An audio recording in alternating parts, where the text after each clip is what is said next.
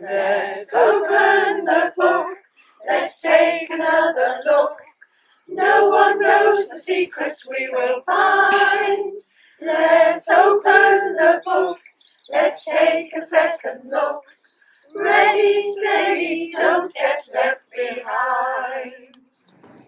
Hello children, the Open the Book team is here again to tell you some stories from this special book. In the videos we sent to your school in the summer term, we told you some stories from this book, all about Jesus, God's Son. Well, this term we have chosen some stories about people who lived before Jesus. You will find these stories at the beginning of this book. We call this part of the Bible the Old Testament. A very, very long time ago, there was a man called Abraham. He was the start of the people who lived in a country called Israel. Abraham believed in God, and he got to know God as his friend. So let's open the book at the story called God's Friend. Abraham was rich, very rich. He had lots of camels and lots of sheep and lots of servants. He also lived in a lovely house in a lovely place called Haran. Could life be any better? Abraham thought to himself. Then, one day, God spoke to Abraham. God was Abraham's friend. He wanted only the best for Abraham and Sarah, his wife. Abraham, listen to me. I want you to pack all your belongings. I want you to leave Haran. I have a much better place for you to go.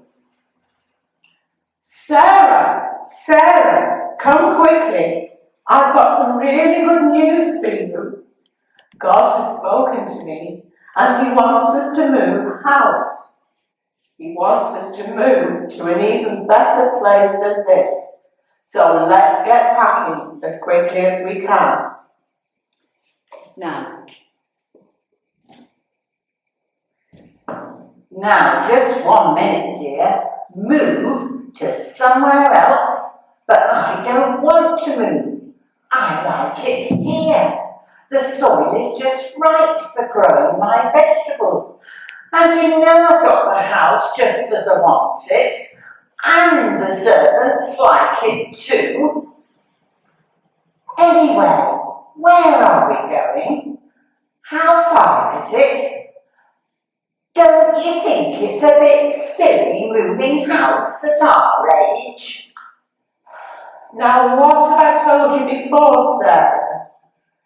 It's always best to trust God. He's our friend, and He knows what's best for us. But what if? No more ifs and buts. Remember, Sarah, we've got to trust. God has a plan for us, and He knows best. Well, if we must. But you know I hate journeys. I don't travel at all well. I'll get headaches. I always do. Sarah was not very happy, but she packed the cases and organised the servants, whilst Abraham gathered the sheep and camels. At last they set off. They journeyed for many weeks with their servants, their animals, the tents, and lots of other things. Is it much further, Abraham? God will tell us when we get there. Oh, I want to stop now. Oh, we'll soon be there, Sarah, don't worry. Oh, my feet. We've got to trust God. At last, God led Abraham and Sarah to a new place called Canaan. And when they arrived, they could hardly believe their eyes. It was so beautiful, breathtaking. Oh, Sarah, just look. This land is amazing. We shall be so happy here. We have everything we need. I told you we could trust God. It's much better than Haran. I know, dear, it is quite beautiful, but... Oh, don't cry, Sarah. There is the matter. We have everything we need here. What more could we wish for? Oh, Abraham, I just wish we could have had a family, some children to share all this with. It would have been so nice, but we are far too old. I'm old enough to be a grandma. I will never have any children of my own. Oh. Abraham felt sad when Sarah cried, because he loved her very much. What could he do? I know. I will speak to God about this. He's my friend, and he will know what to do. So Abraham spoke to God and told him how unhappy Sarah was. Then God spoke. Abraham, look at the sky.